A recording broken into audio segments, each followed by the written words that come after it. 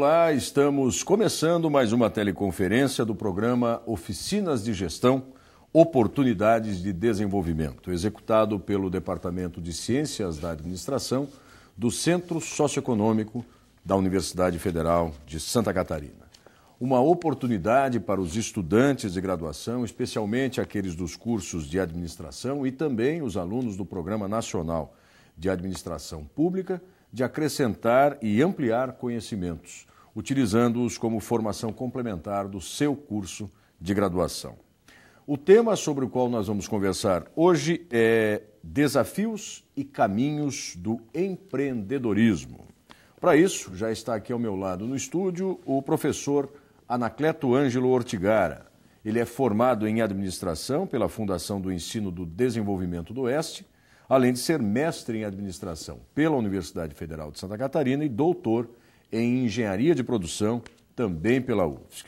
O professor Anacleto atualmente é diretor técnico do SEBRAE de Santa Catarina e professor e pesquisador da Universidade do Oeste do Estado. Atua principalmente nos seguintes temas: empreendedorismo, desenvolvimento organizacional e inteligência competitiva. Professor Anacleto, seja muito bem-vindo, uma honra tê-lo aqui conosco. Da mesma forma, saudação a todos, estudantes, empresários, empreendedores de micro e pequenas empresas, candidatos a empresários que ainda terão a oportunidade do exercício empresarial no decorrer do tempo. Naturalmente, o tema é tão palpitante, é tão agradável falar de empreendedorismo que seguramente a empolgação tomará conta dessa nossa conversa e deverá suscitar discussão posterior a todos que têm seguramente muito interesse pelo tema. Muito bem, e a gente vai começar hoje a conversa aqui com o professor Anacleto Ortigara exatamente a partir desta obra que ele lançou em 2008. Exatamente. E que é fruto da tese de doutorado dele na Universidade Federal de Santa Catarina e resultado também de uma pesquisa de campo, e que tem o sugestivo título, né, A Cabeça do Empreendedor, o pensamento do fundador de uma empresa de sucesso. A gente pode abrir a conversa, professor Anacleto, tentando definir como funciona a cabeça de um empreendedor? Depois dessa obra saiu A Cabeça de Steve Jobs. É uma obra maravilhosa, naturalmente com alcance muito maior, mas a cabeça do empreendedor é um pouco Steve Jobs, é um pouco o sujeito que tem a diferença na postura, que tem uma capacidade de interpretar cenários muito rapidamente. Portanto, a relação provocação-resposta na cabeça de um empreendedor é muito mais rápida. O empreendedor tem capacidade de formular equações muito mais rapidamente, com muito mais perspicácia do que aqueles que não se importam muito e têm uma ação normalmente de mais observação, contemplação e aguardo para então, na sequência, tomar uma posição. Eu diria, a cabeça do empreendedor não é convencional, ela foge a esse convencional e está um passo à frente, até porque percebe movimentos de oportunidade com muito mais sensibilidade do que aqueles que não estão voltados a essa atividade. A gente pode dizer sobre esta obra do professor Ortigara que ela consegue sintetizar ou associar, digamos assim, um certo rigor acadêmico na análise dos dados que foram coletados, mas também com o dia a dia, o cotidiano de um caso em particular. E a partir dessas conclusões, tanto do ponto de vista acadêmico quanto da situação, da circunstância prática mesmo, do que foi analisado, o empreendedor nasce ou ele se forma empreendedor? É um tema inesgotável. É um tema que, sem dúvida, coloca a todos os estudantes uma matéria de alto interesse. Nós temos defensores de que o empreendedor tem sua base genética, a sua hereditariedade como ponto diferencial. Há aqueles que defendem com muita propriedade também a condição do empreendedor ser formado, ser desenvolvido, ser aprimorado a partir de oportunidade de aprendizado. Na verdade, há uma conjugação dos dois fatores. Há um aspecto de natureza particular, traços de características pessoais, mas não há dúvida que isto só não chega. A atitude empreendedora também é fruto de uma circunstância, de um meio, de uma condição de um posicionamento aberto a aproveitar oportunidades. Não adianta ter uma base conceitual de grande valor se ela se limita a ser base conceitual. Nós precisamos, e esse é o papel do empreendedor, sair do conhecimento básico ou da competência básica que reúne seu conhecimento, suas habilidades, suas atitudes e transformar. Eu tenho sempre comigo a seguinte observação.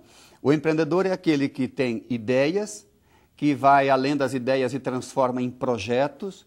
O projeto fica num plano de discussão enquanto projeto, mas vai para o processo produtivo. Essa passagem da ideia ao processo produtivo é a travessia do empreendedor. E eu descrevo isso na obra porque na pesquisa todo esse trabalho se revelou absolutamente verdadeiro. O empreendedor tem domínio conceitual, o empreendedor tem dentro de si uma inquietude latente, mas o empreendedor tem também o que se tem, naturalmente como diferencial, a capacidade de aprender rápido, de responder rapidamente aos estímulos. Esse empreendedor é que, na verdade, faz a diferença. Nós estamos colocando muitos na condição de empreendedores. Tem uma frase, é uma frase muito popular, eu costumo utilizá-la muito, que diz: estamos todos grávidos de ideias, precisamos pari-las, precisamos colocá-las e fazer a pulsação existir. A vida dessas ideias é o projeto em processo produtivo. Na verdade, a possibilidade de transformar tudo isso em empresa é que é o grande barato, é o grande movimento de desenvolvimento. E aí está o papel dos facilitadores do empreendedorismo. A universidade é o locus, é um espaço importantíssimo. O professor que atua na estimulação do empreendedor em potencial. Aqueles que tiveram grande pesquisa já a serviço da humanidade e que colocam hoje seus conceitos para pesquisa, para debate ainda maior no âmbito de sala de aula, no âmbito corporativo, nas diferentes situações em que o empreendedorismo se debate. Todos esses estudiosos prestaram um grande serviço à humanidade. Pegaram os principais pensadores do empreendedorismo, eles estão vivos até hoje no dia a dia do mundo acadêmico, porque daí derivam muitas e muitas atitudes. Evidente que não se limita a isso, evidente que vai muito além disso, mas também é verdade que serve de base. Agora, a partir desse seu depoimento, aliás, entusiasmado, a gente pode concluir que a atitude empreendedora ela tem um tanto de emoção e um tanto de razão, racionalidade mesmo? É possível equilibrar esses dois modos de encarar essa atitude empreendedora? Eu vou usar mais uma das frases boas para esse tipo de situação. Não basta nascer, tem que despertar. Não basta estar no mercado, é preciso fazer diferente. É preciso se notabilizar. E aí, a atitude convencional gera comportamento que é quase uma commodity, é quase que dentro de um plano linear, muito normal. O empreendedor se diferencia exatamente pela condição de verificar que dentro de um processo produtivo existe oportunidade que ainda não foi explorada. Este entusiasmo que brota do empreendedor é uma inquietude que se manifesta na elaboração de uma proposta de fazer um projeto virar realidade e realidade de sucesso. Nós temos notícia de pesquisas realizadas que grande parte, ou boa parte dos negócios, das empresas que surgiram a partir da inconformidade, a partir do descontentamento de consumidores ou de trabalhadores que estavam atuando, beneficiando-se de empresas que atuavam no mercado. Ora, uma insatisfação, tanto do consumidor quanto do trabalhador que nela atua. Eu hoje falo com muitas pessoas que me dizem: trabalhava numa determinada empresa, não tive como continuar, percebi que havia algo de melhor a ser feito e quando se tem notícia, já é uma empresa de sucesso. Eu conheço uma empresa do estado de Santa Catarina que tem uma empresa de transportes de cargas, de mercadorias, cujo empreendedor era um empregado de uma empresa que hoje é concorrente dessa que ele criou. E esta que foi criada está muito melhor posicionada, muito melhor ranqueada no mercado, não só catarinense, mas do sul do Brasil. O que prova que essa inconformidade, esta não aceitação de um processo que não está nos padrões de qualidade ou que não aproveita todas as oportunidades, gera potenciais empreendedores. E esses empreendedores estão por aí, no Brasil, não só no sul do país, mas estão aí pelo Brasil afora, pelo mundo afora. Os inconformados fazem a diferença. Os inconformados movem a humanidade. Mas esse inconformismo é também calculado num processo de disciplina para que não seja apenas uma movimentação de vontade e fruto aí de uma percepção que vira um projeto muito mais voltado a uma aventura do que uma empresa. Um voluntarismo por voluntarismo. Quando vira aventura, fica uma situação perigosa. Quando se tem disciplina e percepção de oportunidade, a canalização desses elementos gera resultados benéficos a todos. Então a gente, obviamente, não vai ter condição aqui, nessa 1 hora de conversa, de avançar tanto a ponto de definir tantas e tais condições complexas. Mas já vimos aqui que há muito de entusiasmo, que há muito de criatividade, de ideias a serem paridas, de despertar além de nascer, de, obviamente, enxergar essas ações dentro das possibilidades de oportunidades, mas há um componente que eu gostaria de explorar um pouquinho agora, até porque depois a gente vai ver uma reportagem que fala um pouco melhor sobre isso, que é o ambiente em que o empreendedor vai atuar. E aí, em ambiente, estamos falando de aspectos formais, legais, estruturais, políticos, econômicos. Em que medida isso interfere na atitude empreendedora também? Interfere muito. E eu vou citar um autor canadense, Julien, que trata com muita propriedade essa matéria. O pesquisador aponta, eu chamo isso de cadeia do empreendedorismo, essa é uma denominação que adotei. Essa cadeia do empreendedorismo aponta pelo menos 5 importantes elementos. Vamos situar. O primeiro, sem dúvida, é o empreendedor, a figura, o indivíduo empreendedor. Ora, a partir da presença dele, o resultado da inteligência, da atitude, é a organização, o segundo elemento. A organização está num meio, num espaço, normalmente definido por território ou por setor da economia. Depois nós temos o ambiente. O ambiente, nós vamos colocar assim, o ambiente dentro de um contexto ampliado, notabilizando-se aí a presença de consumidores e fornecedores.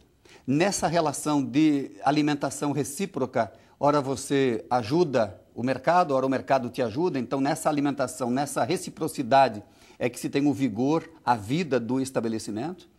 Numa etapa seguinte, se tem a oportunidade. E essa oportunidade, na origem do termo em inglês, a ideia de oportunidade no mundo corporativo tem a ver com ocasião de negócios. Ora, o que é ocasião de negócios? Ocasião de negócios é perceber como se dá o ciclo da economia, como se tem a evolução de um ciclo. É como se investir na Bolsa de Valores. Se não se perceber o momento exato, adequado, melhor, o investimento no momento inadequado gera perdas que depois, seguramente, vão exigir muito esforço para superar essas perdas. Se o empreendedor perceber o momento melhor desse investimento, também terá ganhos decorrentes dessa percepção. Então, o ambiente que você coloca é um dos fatores desse meio, desse ambiente. Nós temos a presença do indivíduo, que tem toda essa bagagem, seja ela de natureza genética, trazendo aí com a sua hereditariedade, seja ela fruto de capacitação nos meios acadêmicos, no mundo corporativo, onde quer que seja, mas nós temos também o ambiente. E nós estamos percebendo que dentro de um contexto onde empreender é algo mais comum, é algo mais presente, corriqueiro, a atividade empreendedora tem muito mais presença, tem muito mais volume, há muito mais coragem por parte das pessoas de tomar a iniciativa e fazer o registro de uma empresa. Naturalmente, nós avançamos muito nesses últimos tempos para o empreendimento baseado em percepção de oportunidade. Nós melhoramos e os números das pesquisas apontam para isso. As oportunidades estão sendo melhor percebidas e não se tem um volume tão grande, pelo menos a equação está tendendo a maior número de oportunidades, não está tendo muita investida para montar um negócio com base apenas no entusiasmo. O que está se tendo, e a relação é 1,6 por 1, de negócios formulados com base em oportunidade. Significa dizer, há mais tempo investido em planejamento, em análise de ambiente, em análise de cenário, riscos são melhor calculados, a percepção de longevidade do negócio já é testada na etapa de planejamento. Nós temos redução significativa de números de empresas que perderam a vida, que fecharam e deixaram um passivo que não se limita a penalizar o empreendedor. O passivo, a despesa, o prejuízo de uma empresa que fecha, uma empresa que é decretada a falência, ou que simplesmente fecha e dá baixa na junta comercial, o passivo, esse prejuízo não é só do empreendedor. Ele se divide pela sociedade. O banco que tem uma dívida para cobrar e por conta desse risco calculado no coletivo, aumenta as suas taxas. A sociedade onde está inserida essa empresa que fecha tem um sentimento, há uma pulsação que cai no sentido de valorizar ideias inovadoras, ideias criativas, porque há o risco de que feche, porque algumas fecharam. Então, sempre que se tem uma empresa fechando, há um prejuízo coletivo, não apenas, claro, principalmente do empreendedor, mas dentro desse contexto de facilitação do processo de empreendedorismo, se tem muitos fatores. E eu destacaria que esses fatores hoje dão uma margem melhorada de investimentos, de abertura de empresas baseadas em percepção de oportunidades. E, naturalmente, com mais preparo dos empreendedores, gastando mais tempo em planejamento, gastando mais tempo em percepção de fornecedores de soluções tecnológicas, de matéria-prima, de pessoas capacitadas para depois compor aí o quadro de pessoal. Há um conjunto hoje ampliado de soluções percebidas antes de montar o negócio. O que é exatamente aí que se localiza a vantagem. A vantagem. A vantagem. E eu queria trazer para o nosso debate também um tema que foi objeto da reportagem que vai ilustrar agora também essa nossa teleconferência, que é a lei do empreendedorismo. E logo no final da reportagem vocês vão poder observar também uma outra condição de valorização do trabalho que começa a ser gestado, por exemplo, nas empresas juniores, né, como é o caso que a gente tem aqui dentro da Universidade Federal de Santa Catarina. Vamos acompanhar a reportagem e na sequência a gente continua esse debate. O profissional empreendedor é aquele que possui a capacidade de enxergar novas oportunidades de negócios. Esse tipo de profissional cria estratégias ou produtos criativos e diferenciados, não tem medo de assumir riscos e tem a habilidade de avaliar se a ideia pode gerar lucro. Para garantir os direitos do pequeno empreendedor, existe desde o ano passado a Lei do Empreendedor Individual. Essa lei beneficia profissionais autônomos como costureiras, encanadores, manicures e artesãos. Pagando uma taxa de R$ 50 por mês, eles têm direitos como emissão de notas fiscais, direito à aposentadoria, salário maternidade, auxílio-doença e conta jurídica. Além disso, bancos como o Banco do Brasil e Caixa Econômica Federal possuem linhas de crédito especiais para o empreendedor individual.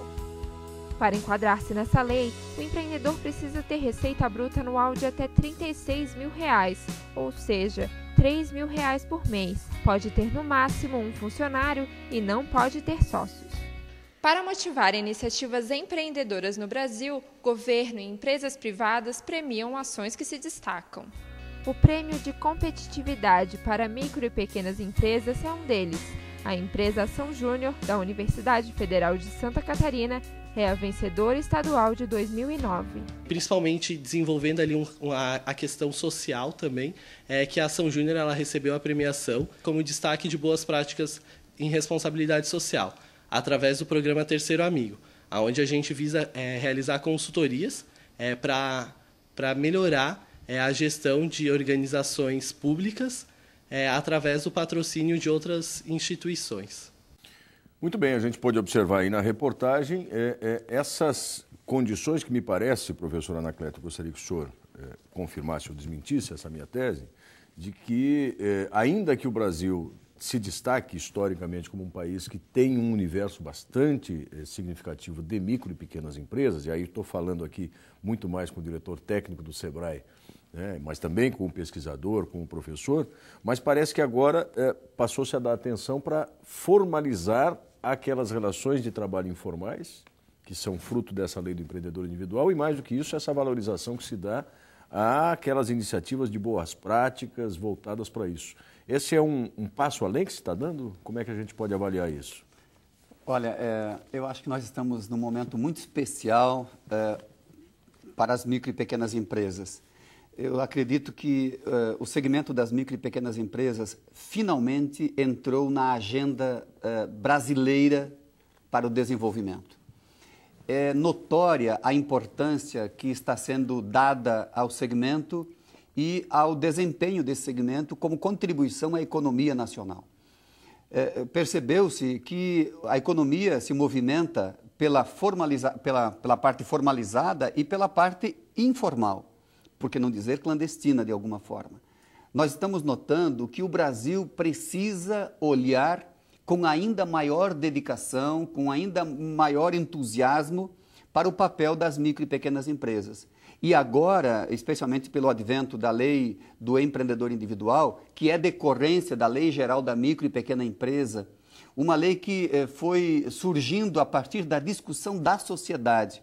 A sociedade organizada, a partir de associações de classe, criaram uma discussão tão forte, tão positiva, que governantes, políticos, parlamentares, pessoas ligadas à atividade pública não puderam deixar de contemplar como positiva a ação dessas lideranças. À medida que nós colocamos na agenda nacional o segmento, se fez todo um estudo acerca dos benefícios necessários à manutenção e à longevidade da micro e pequena empresa, e também se percebeu que, além de criar um ambiente legal apropriado para o fortalecimento do segmento, também era preciso criar fatores de facilitação para que elas pudessem efetivamente prosperar.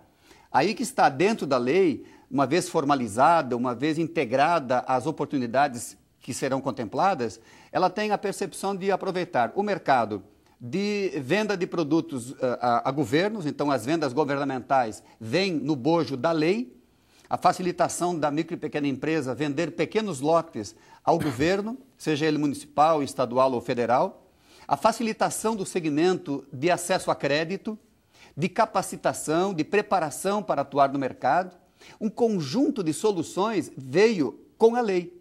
É isso que vai diferenciar. Mais do que reconhecer, é integrar esse universo, de fato, à economia, de direito. Porque ele é, na verdade, o grande gerador de postos de trabalho, é o micro e pequeno negócio.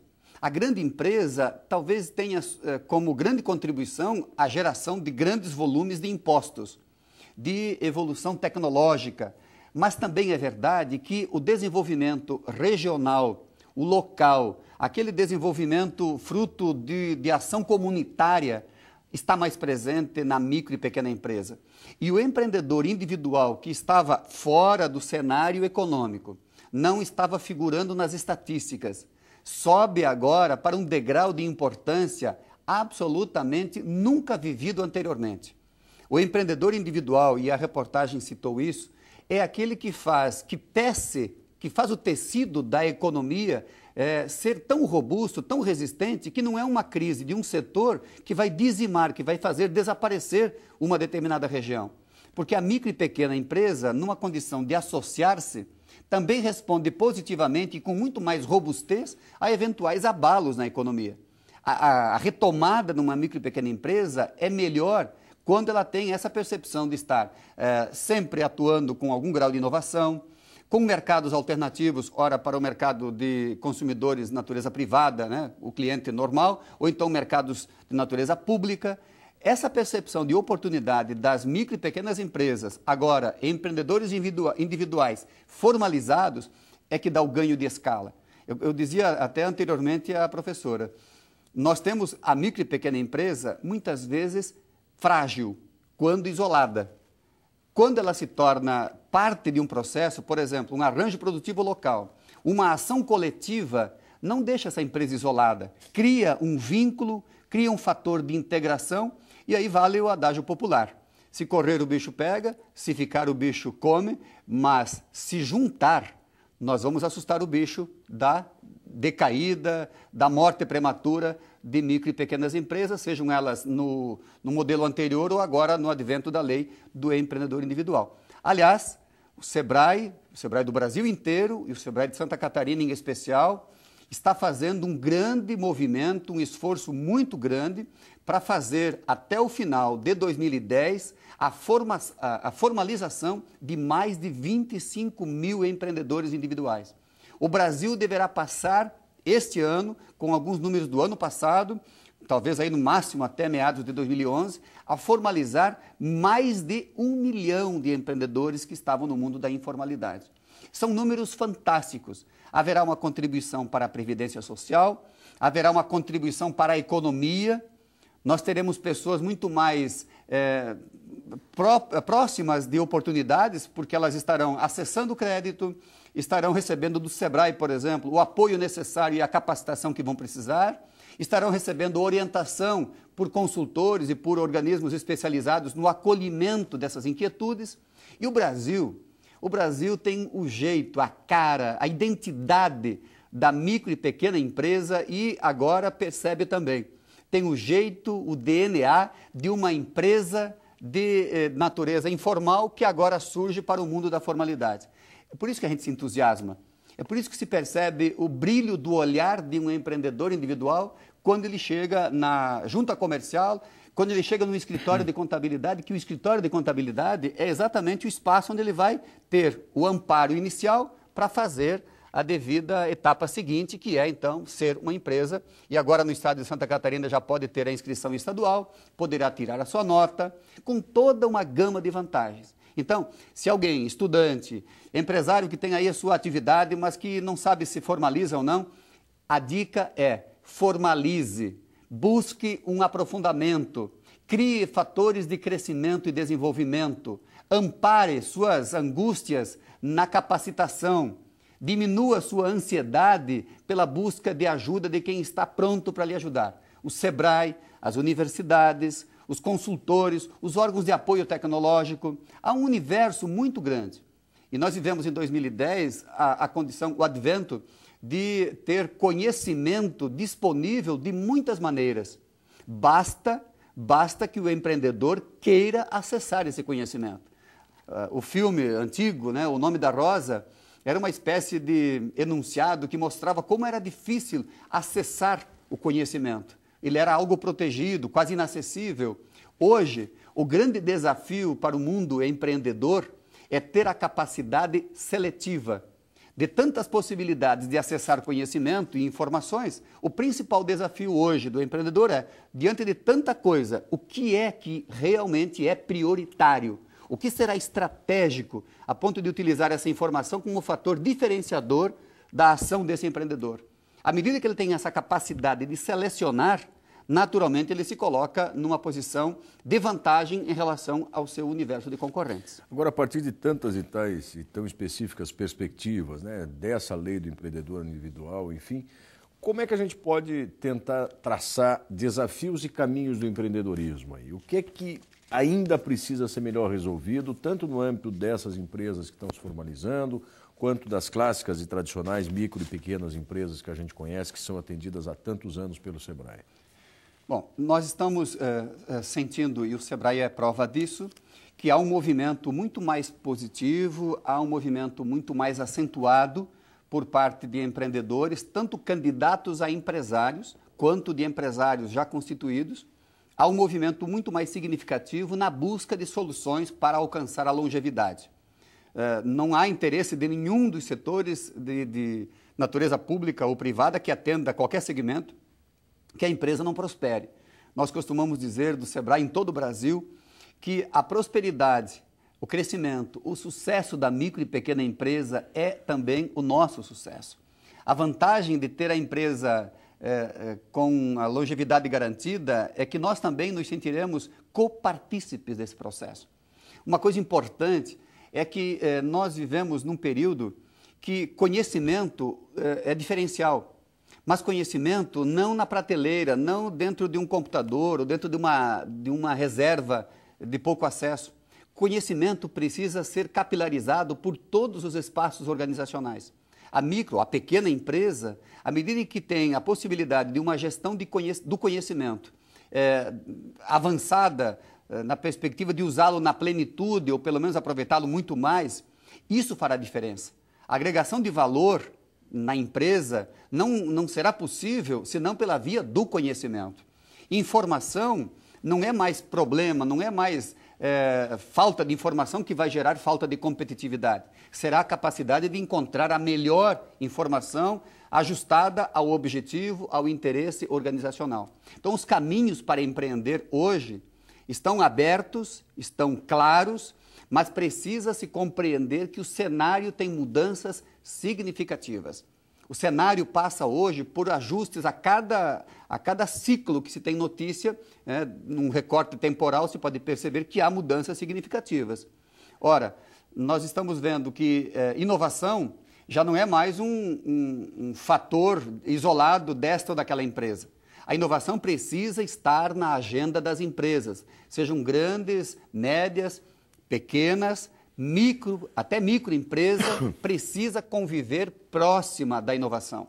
O Sebrae de Santa Catarina e o Sebrae do Brasil têm um esforço concentrado muito grande através de um sistema chamado Agente Local de Inovação, que são pessoas disponibilizadas nas diferentes regiões do Brasil que estão capacitadas para dar o primeiro toque, o primeiro encaminhamento, a primeira motivação para que se tenha vontade, disposição e abertura para a prática da inovação. Então, o caminho está aberto, a inovação será diferencial, conhecimento precisa ser capilarizado. Gestão do conhecimento significa usar a empresa toda à base da inteligência. E as pessoas precisam também ter essa predisposição. As duas liberdades, entre a liberdade de não participar de movimentos de mudança da empresa e a liberdade de participar, que a gente exercite mais a liberdade de participar, de ser um grande agente dessa mudança, de ser um grande provocador de mudança, que a inquietude do empreendedor seja o diferencial. Não há possibilidade de um agente externo simplesmente chegar e provocar mudanças e garantir que isso vai dar certo. É preciso, muitas vezes, sim, a intervenção externa, a ajuda externa da empresa para que ela sinta onde está perdendo mercado, fôlego, energia, mas, principalmente, o caminho está aberto para aqueles que estiverem se preparando, estiverem atentos, sensíveis o bastante para que a obsolescência seja criada por ele, não pelo concorrente. A exemplo da Microsoft, que toda vez que surge uma versão nova, torna obsoleto o seu produto anterior. Quando o concorrente fizer isso, eles perderão o mercado. Assim vale também para o nosso empreendedor, para as nossas empresas que querem aproveitar essas oportunidades. Estamos aqui em mais uma teleconferência do programa Oficinas de Gestão, Oportunidades de Desenvolvimento, hoje conversando sobre o tema Desafios e Caminhos do Empreendedorismo, com o professor Anacleto Ângelo Ortigara, também pesquisador e diretor técnico do Sebrae, aqui em Santa Catarina. O professor me mostrava agora há pouco, antes da gente começar essa teleconferência, que há dados, inclusive, que revelam algumas curiosidades, eu diria, do perfil do empreendedor, né? Quer dizer, quem é, se ele é homem, se é mulher, qual é a idade. Vamos tentar só referir, porque eu acho curioso a gente trazer alguns desses dados aí de uma pesquisa recente, né? A pesquisa é muito interessante. Nós homens estamos diante de um grande movimento feminino e que é muito positivo, porque isso não deve apenas valorizar as mulheres, deve fazer despertar os homens, para que eles percebam que não há aqui a prática do feminismo ou de qualquer outra prática com ismo por aí, mas a evidente melhoria de performance das mulheres está hoje nas pesquisas. Nós temos hoje a presença de mulheres no comando que passam da metade, já chegam a 53%. A última pesquisa da GEM coloca isso. Há um avanço, as mulheres estão, por suas qualidades, por sua perspicácia, por sua capacidade e, naturalmente, por sua inteligência de interpretar cenários, interpretar oportunidades, avançaram e estão hoje... 53 a 47. A 47. Esse é um dado. Com relação à faixa etária? A faixa etária coloca mais da metade, nós temos a pesquisa última que também revela, mais da metade, 52%, para ser mais preciso, dos números colocam até 34 anos as pessoas no comando. Nós estamos avançando muito no sentido de utilizar bem a capacidade e a energia da juventude. Esta é, sem dúvida, uma notícia que deve fazer ao jovem muito bem, mas deve fazer ainda mais significado, deve ter muito mais significado àqueles que estão hoje no preparo profissional, já enxergando oportunidades decorrentes desse preparo. Evidente que não é porque é jovem que terá o lugar no comando. Será porque tem aí a juventude, o que também não significa dizer que a pessoa mais madura seja simplesmente desalojada, descartada. Não. Me parece que o que está acontecendo é um preparo maior numa faixa etária já mais jovem e, por isso, o aproveitamento dessa condição. O advento da tecnologia da informação é, sem dúvida, um fator preponderante nisso. Nós estamos atravessando uma era que deixa para trás um tempo analógico para ingressar definitivamente num tempo digital. E é evidente que está muito mais aberto a essa digitalização quem nasce nessa digitalização. Nós estamos vivendo uma época em que nós somos os privilegiados, nós, enquanto membros de uma sociedade que deixa um paradigma analógico e ingressa num paradigma digital, nós somos privilegiados. Não haverá outro tempo na humanidade que tenha essa mesma travessia. Mas o jovem que vive a realidade digitalizada tem muito mais facilidade em utilizar todas essas ferramentas, essas tecnologias. Tem, naturalmente, muito fundamento a ideia de que a convivência com mais desenvoltura, com essas novas ferramentas tecnológicas, tem dado uma contribuição para que se tenha maior aproveitamento de jovens no comando. Também é verdade que não é difícil aprender esses desafios, essas novas tecnologias, mas ela exige um cuidado adicional. Para quem vem numa referência, como nós viemos, de uma travessia, quem tem aí acima dos 35, 40 anos, vem de uma referência anterior, que já é preciso fazer adaptações.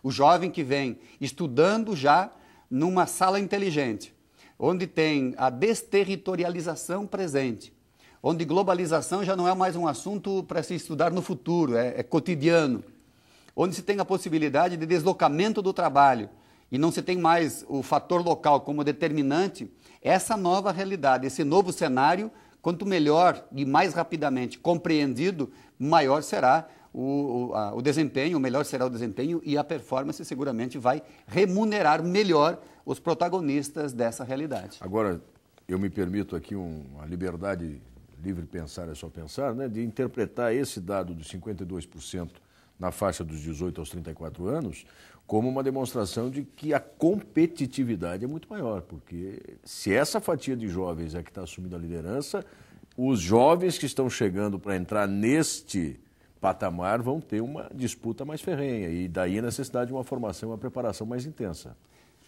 E a base de preparação também está sendo adequada.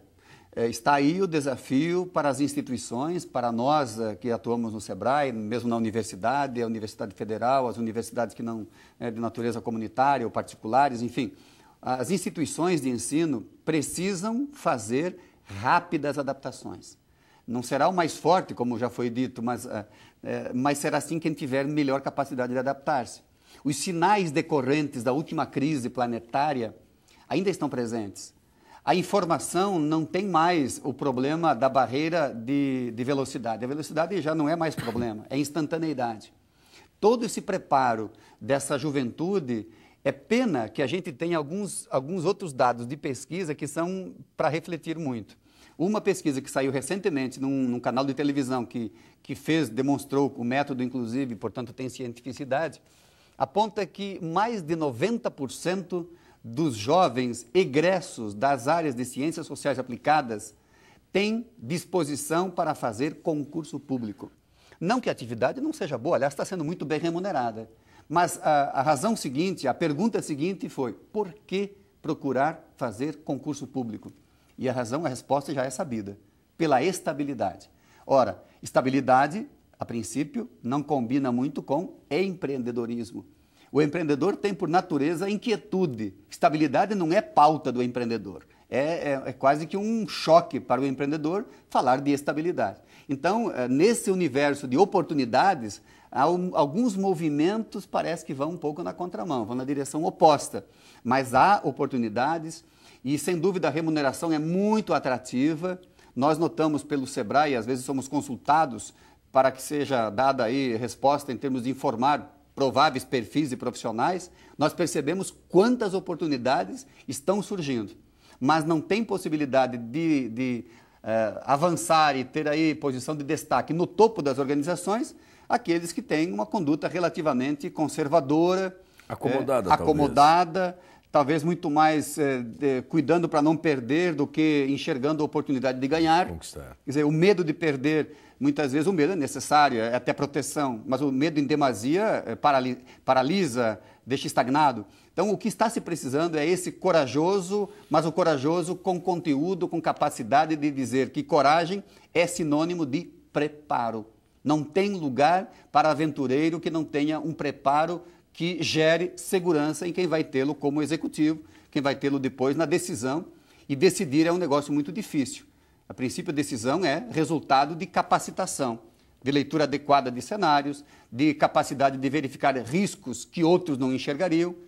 Aquele que decide com grau elevado de assertividade, seguramente é um sujeito de alta demanda no mercado hoje de profissionais executivos. Muito bem, nós estamos conversando com o professor Anacleto Ângelo Ortigara aqui e chegou o momento de a gente participar ou trazer a participação de vocês que nos acompanham aqui. A primeira pergunta que eu quero fazer tem relação com essa sua última fala e ela foi dirigida aqui a nós pelo Eduardo Martins, do Polo de Laguna. Obrigado, Eduardo, sempre participando conosco. Ele diz o seguinte: o que as universidades públicas ou privadas, instituições, enfim, sobretudo as faculdades de administração, deveriam fazer para lecionar e incentivar de tal forma que a prática do empreendedorismo passasse a ser algo comum e que o Brasil mudasse de empreendedor por necessidade para o empreendedor por oportunidade? Tem que se atualizar, não é isso, professor? É o Eduardo? Eduardo, quero cumprimentá-lo, Eduardo, pela pergunta. Eu queria fazer referência a um programa que o Sebrae tem disponível, gratuito. É só entrar no site do Sebrae, www.sebrae-sc.com.br, e tem lá, ou então no Sebrae Nacional, tem lá um programa chamado Negócio Certo Sebrae. Um programa gratuito que aponta todas as etapas para montar um negócio, inclusive com mais de 600 ideias de negócios disponibilizadas. Dentro desse programa, aliás, está em aberta e as inscrições estão abertas, dentro desse programa, a segunda etapa do programa é a elaboração de um plano de negócios. Nós temos em Santa Catarina o concurso estadual de planos de negócios, que premia 4 vencedores em serviços, comércio, indústria e agronegócio. Os vencedores têm como prêmio uma semana no Vale do Silício, nos Estados Unidos, berço do empreendedorismo mundial. Mas a nossa surpresa é que a capacidade de formular um plano de negócios, Eduardo, não tem sido uma demonstração evidente de disposição para empreender. Nós não temos ainda, e o certame foi amplamente divulgado. Para ter uma ideia, no primeiro ano da edição do prêmio, nós tivemos 4 prêmios disponibilizados e 3 contemplados. Porque um plano de negócio de um setor não podemos classificar um plano de negócio. Então, o estudante precisa compreender, e esta é uma constatação, e eu falo isso como docente, que é preciso estudar para a vida, estudar para fazer diferença, estudar para internalizar conteúdo de valor. Sair um pouco do fator limitante de estudar para a prova. A nota, a prova, é uma consequência do preparo para a vida. Quando nós tivermos este salto, será mais fácil e será muito mais significativa a movimentação de empreendedores e aí vai a solução conjunta. Universidades mais preparadas e estudantes mais dispostos a fazer o seu papel. O desafio para professores, nós professores, é observarmos as grandes tendências planetárias e trabalharmos em sincronia com essa tendência. Por outro lado, o desafio do estudante é se colocar proativamente, é abrir-se, é estar atento, é estar receptivo a fazer a diferença. e não estar de uma forma passiva estudando para que a nota seja o referencial e a avaliação sirva para constituir um currículo acadêmico com notas destacadas. Eu diria assim, a grande saída é parceria das universidades, por seus professores, por seus departamentos, parceria com o estudante. A relação ganha-ganha é a saída para resultados melhores. Eu acho que o professor também acabou respondendo de alguma forma, mas pode evidentemente complementar a pergunta que o Marcos, aluno aqui do curso presencial, também faz. De um modo geral, os cursos de administração, afirma o Marcos, mantêm um currículo de formação muito teórico e pouco prático. Como o aluno, portanto, se identifica como um empreendedor ou de que forma ele pode desenvolver suas habilidades para vir a ser um empreendedor? Marcos, também a excelente pergunta.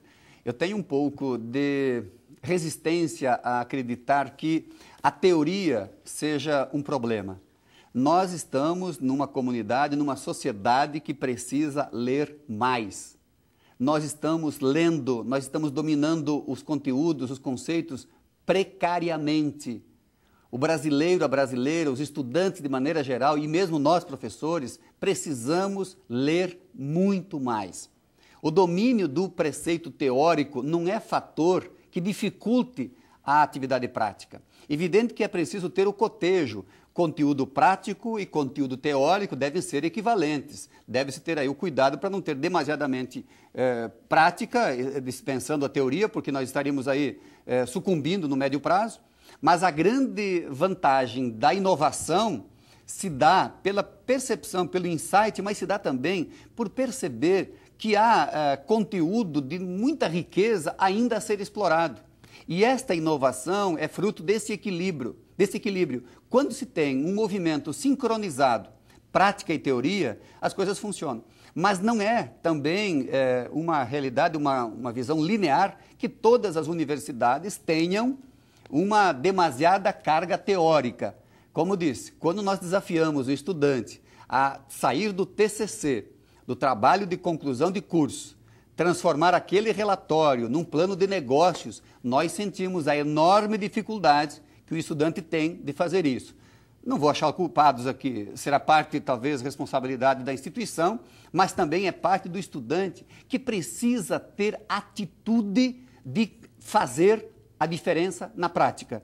O estudante que vai, além de estudar para a prova, estará fazendo o exercício da evolução por opção e não porque há uma necessidade curricular de atender tal demanda. Outra pergunta aqui, essa do Romino Ornelas Júnior, que também é do curso presencial e também atua na Ação Júnior, a empresa Júnior do curso de administração.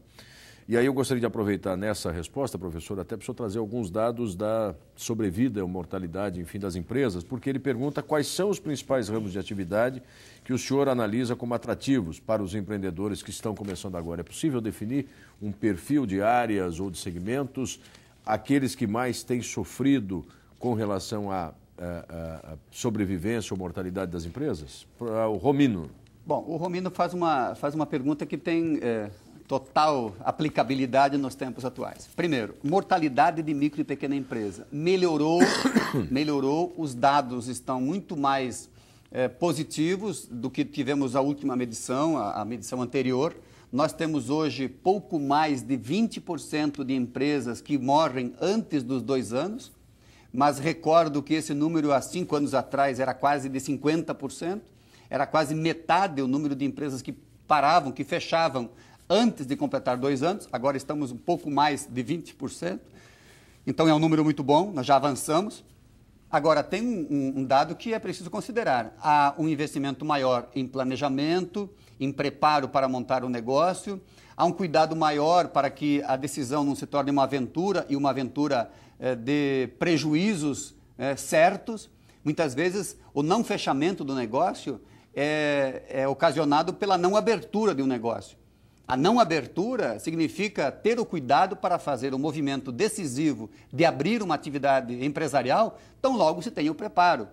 Não é hoje dispensado qualquer tipo de preparo. Para qualquer profissão, tem investimento em preparo, em capacitação. Para ser empresário é a mesma coisa. Para ser empresário e ter sucesso num determinado setor, como a pergunta coloca, qual é o setor emergente? Eu diria o seguinte, nós estamos num cenário que convida muito a usar todas as possibilidades da tecnologia que está hoje disponível no mercado. Todas essas possibilidades que estão disponíveis poderão ser canalizadas para projetos empresariais. Estão disponíveis e precisam ser aproveitadas. As universidades produzem hoje um grande volume de material que muitas vezes serve a atender às necessidades acadêmicas, como é o caso específico de trabalhos de conclusão de curso, que normalmente terminam numa prateleira, numa biblioteca, ou acabam, vamos dizer assim, deixa de ser útil quando é defendido aí na banca ou é entregue para uma comissão avaliadora e o material acaba ficando num espaço de consulta eventual, mas perde valor. Áreas emergentes, áreas de oportunidade que tenham base tecnológica, base de inovação, inteligência, especialmente aquelas áreas que tiverem inteligência, seguramente não deixam, né, dúvidas do seu grande potencial de investimento. O Bruno Schroeder, também aqui do curso presencial. O senhor acredita que há espaço para o número de empreendedores por oportunidade que adentra o mercado todos os anos, ou a tendência é a sobrevivência dos grandes que engolem os menores? Eu acho que é ótima essa colocação, porque dá para reforçar. Se correr o bicho pega, se ficar o bicho come, mas se juntar o bicho pode se assustar. A micro e pequena empresa precisa trabalhar na perspectiva de juntar-se num plano de rede. A ideia de rede está cada vez mais presente, está cada vez mais acentuada. A ideia de rede não coloca o concorrente como um adversário, como um concorrente. À medida que se tem a possibilidade de associar-se, o que parecia frágil acaba tendo escala e acaba tendo possibilidade de negociar com fornecedores de soluções de capacitação. Existem hoje inúmeras oportunidades ainda escondidas na maioria das cadeias produtivas. Uma grande empresa hoje normalmente abre oportunidades para que fornecedores, na característica de micro e pequena empresa, essas empresas sejam inseridas como parceiras das grandes organizações. Não acredito que haja aí um encaminhamento para o enfrentamento, grandes engolindo pequenas, até porque há interesse, e isto está claro em diferentes documentos, de grandes corporações. Vou pegar, por exemplo, a Petrobras. Nós inauguramos um projeto há pouco tempo na região de Itajaí, onde tem a capacitação de fornecedores da cadeia produtiva de óleo e gás. É imensa a possibilidade de entrar nesse espaço. Então, nós estamos, sim, visualizando parcerias, muito mais do que uma tentativa de fazer desaparecer o segmento dessa ou daquela micro e pequena empresa. As parcerias estão em alta. Perceber em que etapa, em que meio do processo, em que movimento do processo da cadeia produtiva se pode entrar, é que é o grande desafio. E este é o desafio de pessoas inteligentes, como são os empreendedores. Vamos tentar responder ainda 3 questões, que o nosso tempo está, infelizmente, se aproximando aqui do final. A Tamara, também do curso presencial. O empreendedorismo é a mistura de todas as características do administrador moderno. Proatividade, visão sistêmica, competência gerencial, consciência da importância do lucro e assertividade. Qual dessas características o senhor consideraria mais marcante em um empreendedor de sucesso? Eu gosto da fala, da escrita de Pierre Levy em sua extraordinária obra Inteligência Coletiva. E ele diz: visão é o resultado global e emergente da escuta. A escuta é a percepção, é o radar. É a capacidade, é colocar os sensores ligados para ter essa informação e processá-la com certa velocidade. Quando se tem isso presente, nós só não podemos ter crise de percepção. Quando a gente perde a percepção, nós tendemos a morrer prematuramente. A única crise maléfica é a crise de falta de percepção. A percepção presente leva a uma atitude que o diferencia. Para mim, a condição de ter visão nesta ótica de Pierre Levy vai fazer uma boa diferença. Guilherme Kretzer, também aqui da Ação Júnior. Gostaria de saber se a cultura brasileira influencia negativamente o crescimento do empreendedorismo no país. Eu acho que ele se refere, talvez, a alguns aspectos particulares da nossa cultura, explicados por antropólogos, sociólogos, enfim. Tem um certo mito em torno disso? Mas a pergunta é ótima. A pergunta é própria do empreendedor. Por quê? Porque nós temos um histórico de ditadura militar, de um período mais duro, mais difícil, ou diferente, não é nem mais duro nem mais difícil, mas diferente. A natureza da convivência na comunidade era diferente. Nós avançamos e hoje temos aí uma vida com democracia, se não plena, mas em todos os níveis difundida. Eu tenho dito nos meios acadêmicos que hoje, nos tempos, né, atuais, a pessoa que trabalha, a pessoa que está num espaço corporativo ou no mundo acadêmico, prefere muito mais concordar do que obedecer. Evidente que há preparo necessário de quem permite a participação e de quem precisa participar. Nós vivemos tempos em que não havia nem liberdade para participar e nem tampouco disposição para participar. Hoje nós estamos vivendo o tempo em que é preciso se preparar para a participação e para a contrariedade, esse é o papel do empresário, e por parte do trabalhador, o devido preparo para estar não apenas seguindo regras, até porque existem duas formas de excluir profissionais. Os que só seguem as regras e aqueles que não seguem as regras. O espaço está reservado àqueles com inteligência suficiente para mudar as regras quando necessárias, criar um novo paradigma, criar um novo referencial. A cultura brasileira é extraordinariamente benéfica à evolução e à prática do empreendedorismo. O jeitinho brasileiro, a alegria brasileira, o colorido brasileiro, a irreverência, a diversidade brasileira combina com um país com vocação empreendedora.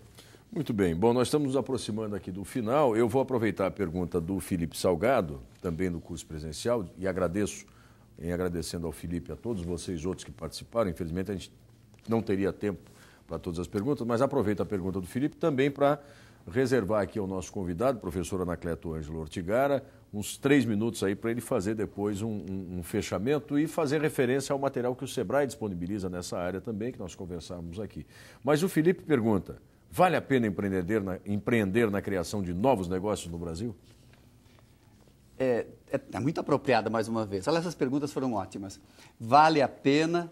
O Brasil tem oportunidades escondidas e ainda inexploradas que estão esperando aqueles que tiverem a coragem de avançar e aproveitá-las. Não haverá oportunidade para quem está confortável e acomodado. A tendência que nós temos é de conforto e acomodação. O desafio será inverter essa lógica, sair da zona de conforto. O empreendedor é aquele que faz a travessia. Na obra, inclusive, nós pesquisamos isso. A travessia de uma zona de conforto para outra zona de conforto e daí pular para uma próxima. Mas nessa travessia é enfrentar a turbulência. O Brasil tem oportunidades ainda escondidas e ainda inexploradas. E principalmente, como o conhecimento é inesgotável, nós precisamos transformar ideias em projetos, projetos em processos e processos em histórias de sucesso. O Sebrae no Brasil, o Sebrae em Santa Catarina, tem um conjunto de soluções disponíveis e a maioria delas gratuitas e que poderão servir de suporte para aqueles que tiverem já alguma coisa encaminhada ou que ainda precisam despertar. Eu sou um entusiasmado por natureza, eu me vejo sempre fazendo algo que possa significar um avanço em relação ao dia anterior e por isso fica o convite. Quem está pensando em montar, em criar um negócio, avance, mas avance no preparo, avance na melhoria da sua capacitação e decida-se tão logo tenha os elementos básicos devidamente colocados na forma de plano de negócios. O Sebrae tem soluções, as universidades têm muitas, e nós estamos dispostos sempre a encontrar alternativas, uma saída para aquelas situações que porventura poderiam parecer que já não tinha mais solução. Graças a essa capacidade empreendedora de todos nós brasileiros e brasileiras, é que nós conseguimos muitas vezes sair de uma situação difícil e melhorar a condição de vida de cada um e da própria nação brasileira. Professor Anacleto Ângelo Ortigara, muito instigante essa conversa, muito entusiasmada a sua participação. Tenho certeza que os alunos, os profissionais, os colegas que nos acompanharam sentiram-se ainda mais motivados adotar, sobretudo, atitudes empreendedoras. Muito obrigado e parabéns pela sua belíssima apresentação. Quero agradecer a vocês que nos acompanharam, aqueles que participaram, enfim, e já deixar dito, né, a nossa programação completa desse projeto você encontra no endereço www.oficinascad.ufsc.br. Até uma próxima oportunidade.